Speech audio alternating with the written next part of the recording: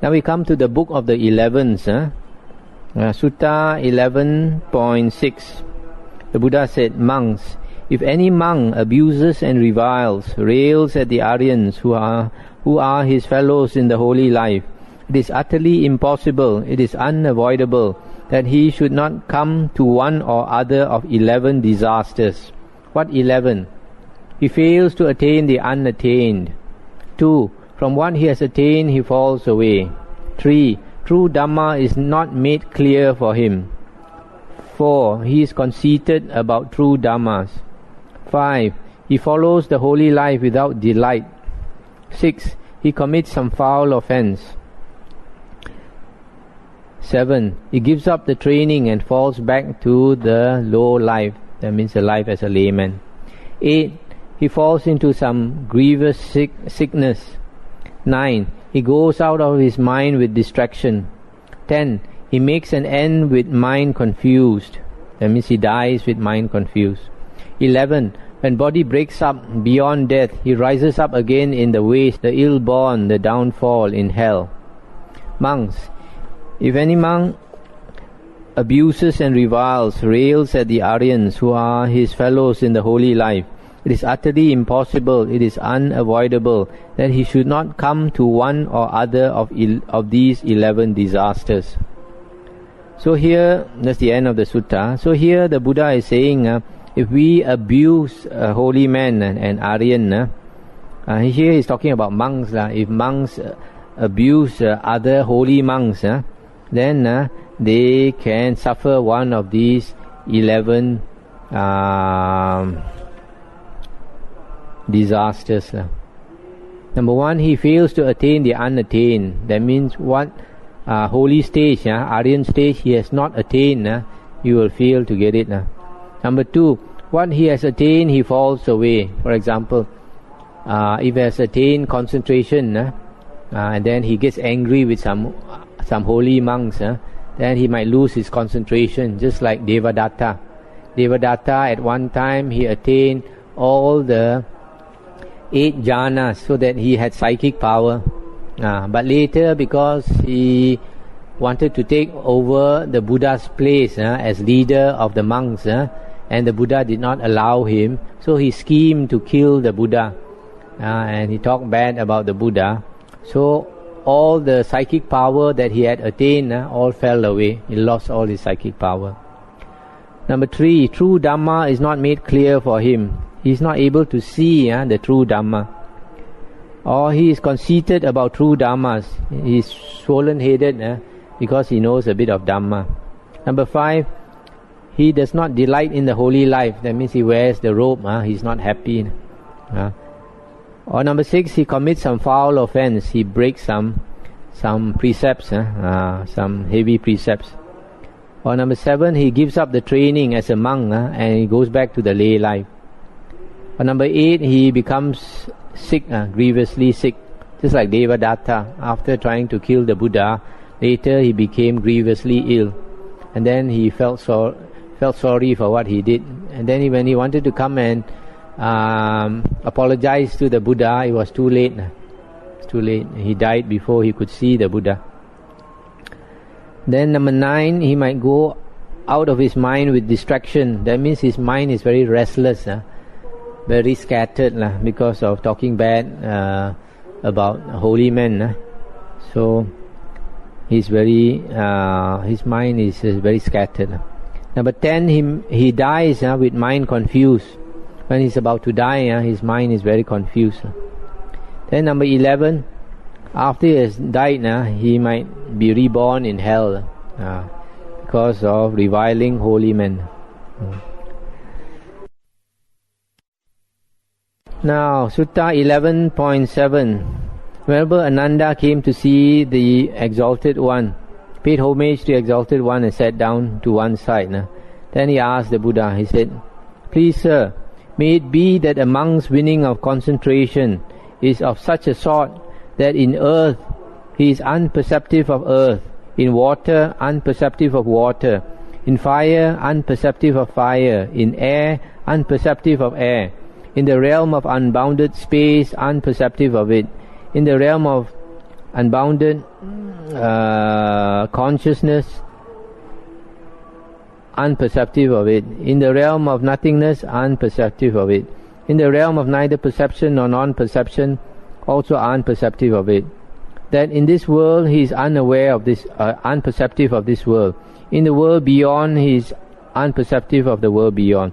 That whatsoever is seen, heard, sensed, cognized, attained, sought after, thought over by mind, of all that he is unperceptive, and yet he perceives.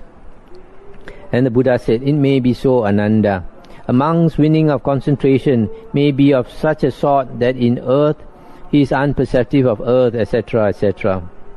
Then, remember, Ananda asked, but sir, in what way may a monk's winning of concentration be of such a sort that of all that he is unperceptive, and yet he is perceptive, he perceives? And then the Buddha said, herein, Ananda, a monk is conscious thus. This is the real, this is the best, namely the calming of all conditioners, the rejection of every substrate, the ending of craving, the fading of interest, stopping or cessation and nibbana. In such way, Ananda, a monk's winning of concentration may be of such a sort that in earth he is unperceptive of earth, etc. That in whatsoever is seen, heard, sensed, cognized, attained, sought after, thought out by mind, of all that he is unperceptive, and yet at the same time he perceives. And that's the end of the sutta.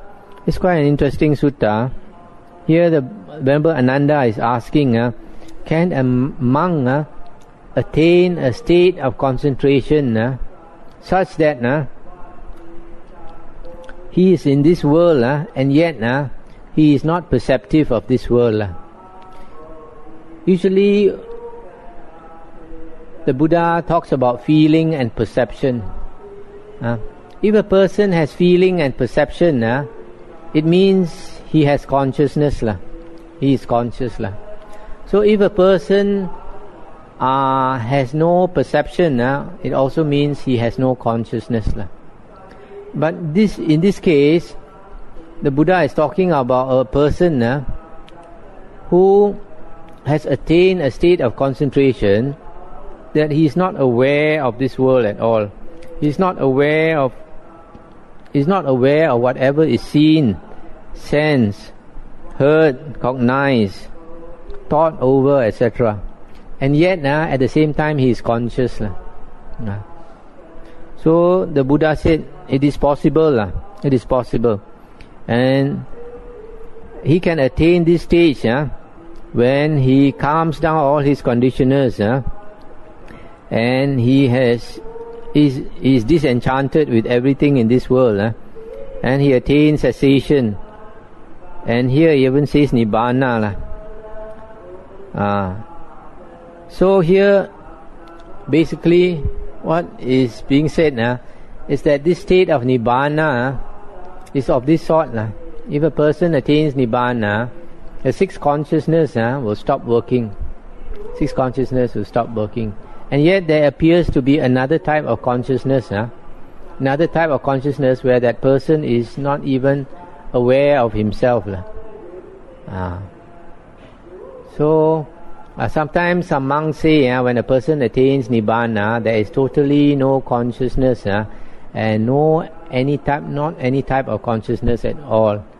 But in certain suttas, like in the Kevada Sutta, in the Digha Nikaya, it is mentioned that in the state of nibbana, consciousness is boundless and luminous, all bright.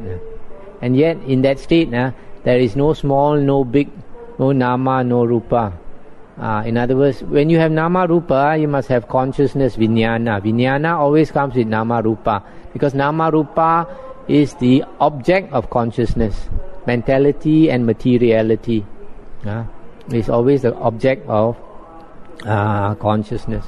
So if you don't have nama rupa, it means that you don't have consciousness. But yet the Buddha says there is a type of consciousness which is luminous and which is boundless.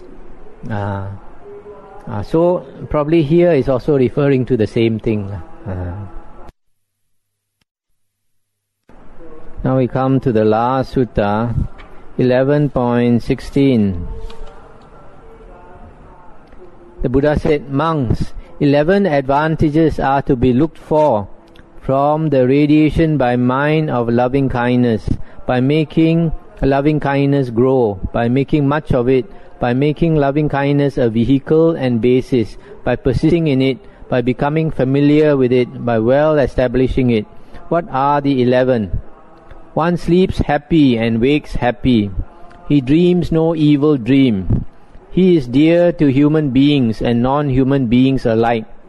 The devas or heavenly beings guard him. Fire, poison or sword affect him not. Quickly he concentrates his mind.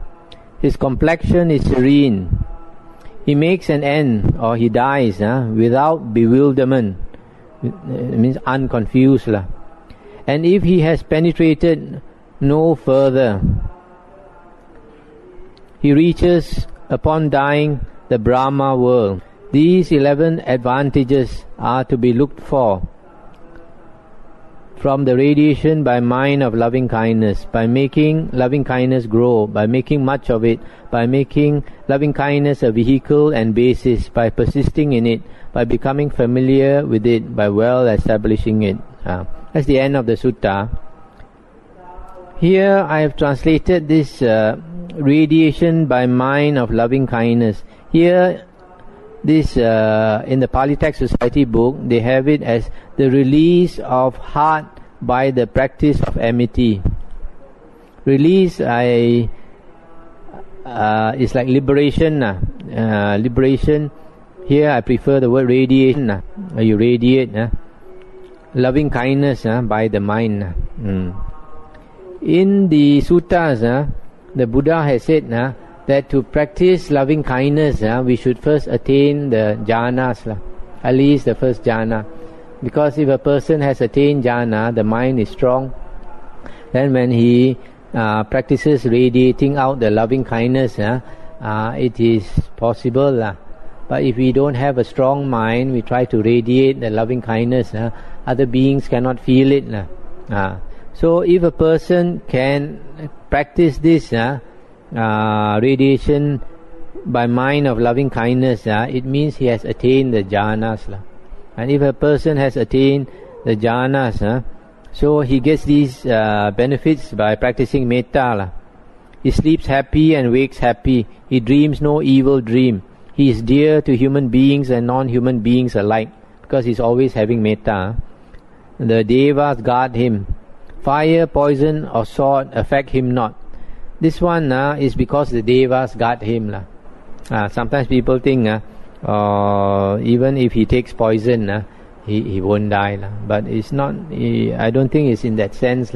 It's a sense that because he is protected by devas, that even if he were to maybe take some poison or anything, or fire or sword, anything might want to harm him, but the devas will protect him. And then he can concentrate his mind quickly. His complexion is very serene, and he dies unconfused. And if he has not attained to arahanthood, he will attain to the Brahma world. Brahma world is in the form realm, Rupa Loka. And in the form realm, generally you should have jhana to be able to be reborn there. So these are the advantages of practicing metta, loving kindness. So with that, I come to the end of the Anguttara Nikaya.